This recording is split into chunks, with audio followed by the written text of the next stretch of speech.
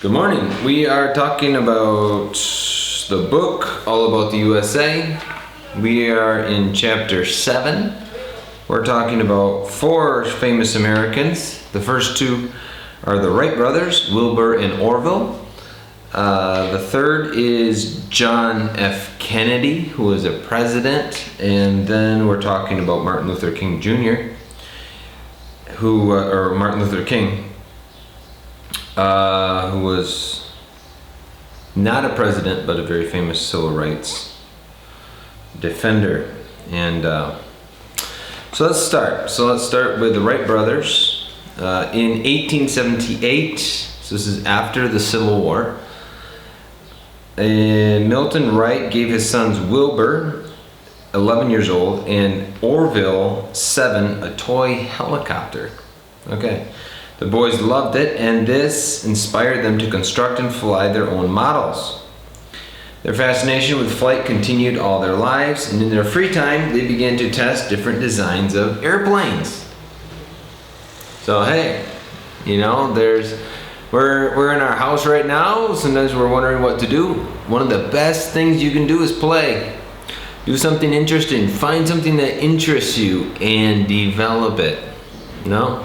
If you like music, we'll start working on some music. If you like fixing things, well then find things to fix. If you want to learn something new, well get on YouTube and learn it. Now's the opportunity.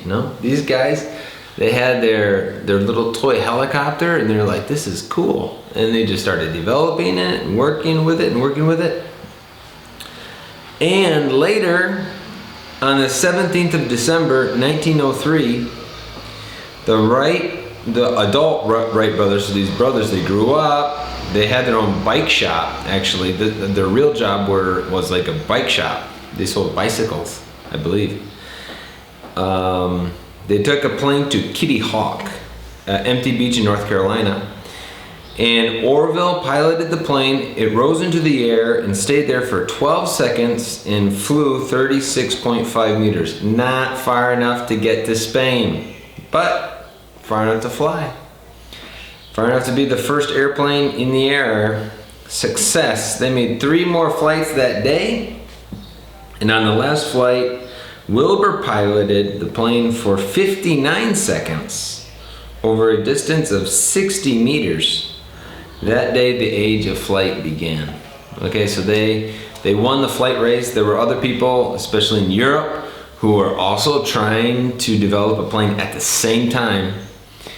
And it was a matter of when, but the Wright brothers were the first, supposedly. So yeah, pretty exciting. It changed the world. The airplane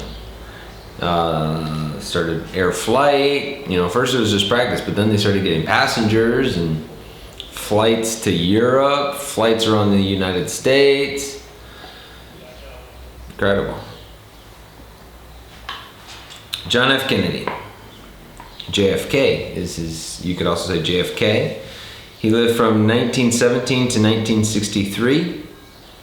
John Fitzgerald Kennedy was one of the youngest men to become president of the United States. He brought new hope to Americans and promised to give them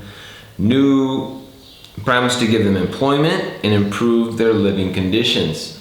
Okay, he's a big proponent for different social programs. On the 22nd of November, 1963. Kennedy and his wife Jacqueline went to Dallas, Texas. Many people were on the streets to see the president's car pass. Suddenly, somebody fired at Kennedy. Fired is take a gun and okay? Fired at Kennedy. He fell forward. The car hurried and the injured president to the hospital. Sadly, President Kennedy died a short time later. The entire nation was shocked.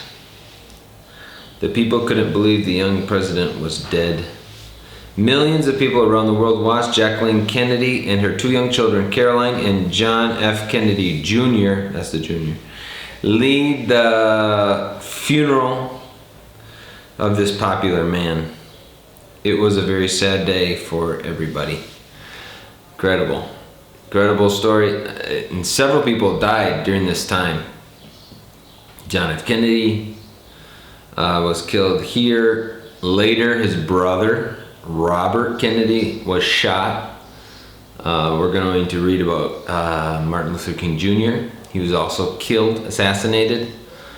John Lennon from the Beatles was assassinated, I believe later, but incredible. The question is, who did it? You know, it was never clearly stated or anything of who did it. Was it the Russians? Was it the Cubans? Was it the CIA? Was it the U.S. government itself? Was it the mob? Those were the main four, the four options of who actually did the crime. It was never clearly stated or seen. Martin Luther King, a man with a dream. Martin Luther King was one of the most important civil rights leaders in the United States. He was a pastor in Montgomery, Alabama. At that time, there was discrimination against black people. And at that time, yes. And at that time, more than today. But still today, there can still be discrimination between different people. No?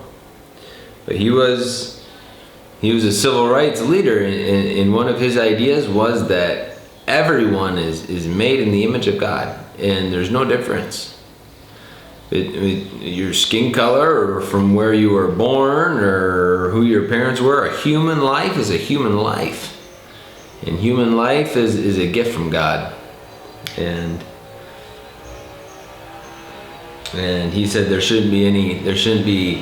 shouldn't judge people based on the color of their skin, but on the content of their character. So, and that's so true, you know. It's not that you should never judge what somebody does. Some things people do are wrong, and we have to come out and say, hey, that's wrong, right? But we don't judge someone because of their skin color or of their nationality. We judge them on the content of their character.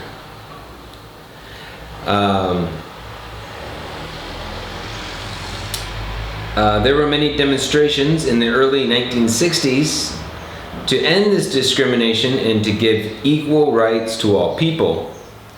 King became famous for nonviolent protest, right? And this was in a time when violent protest was very active.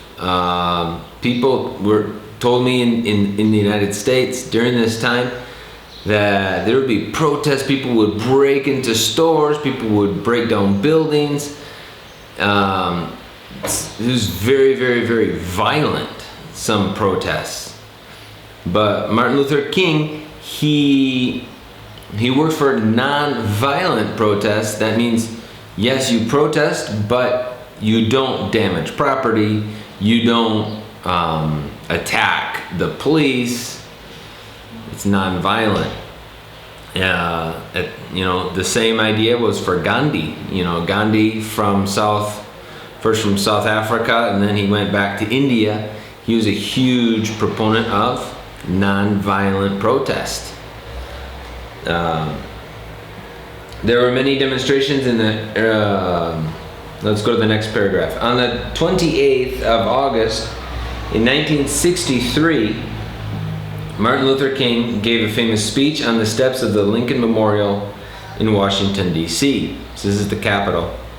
I have a dream, he said, that my 4 little children will one day live in a nation where they will not be judged by the color of their skin, but by the content of their character.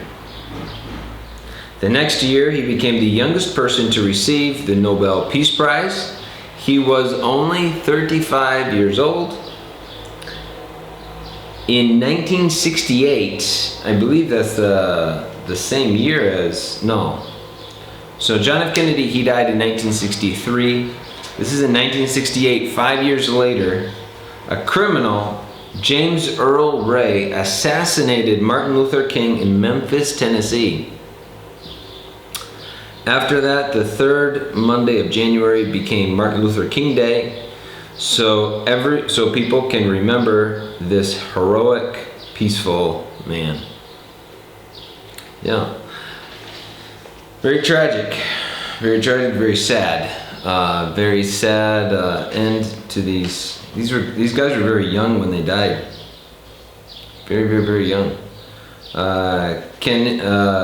Martin Luther King, 39 years old. You know, it's not very old. So anyway, thank you for reading with me. Next week we'll read famous American writers. You guys have a great day. Goodbye.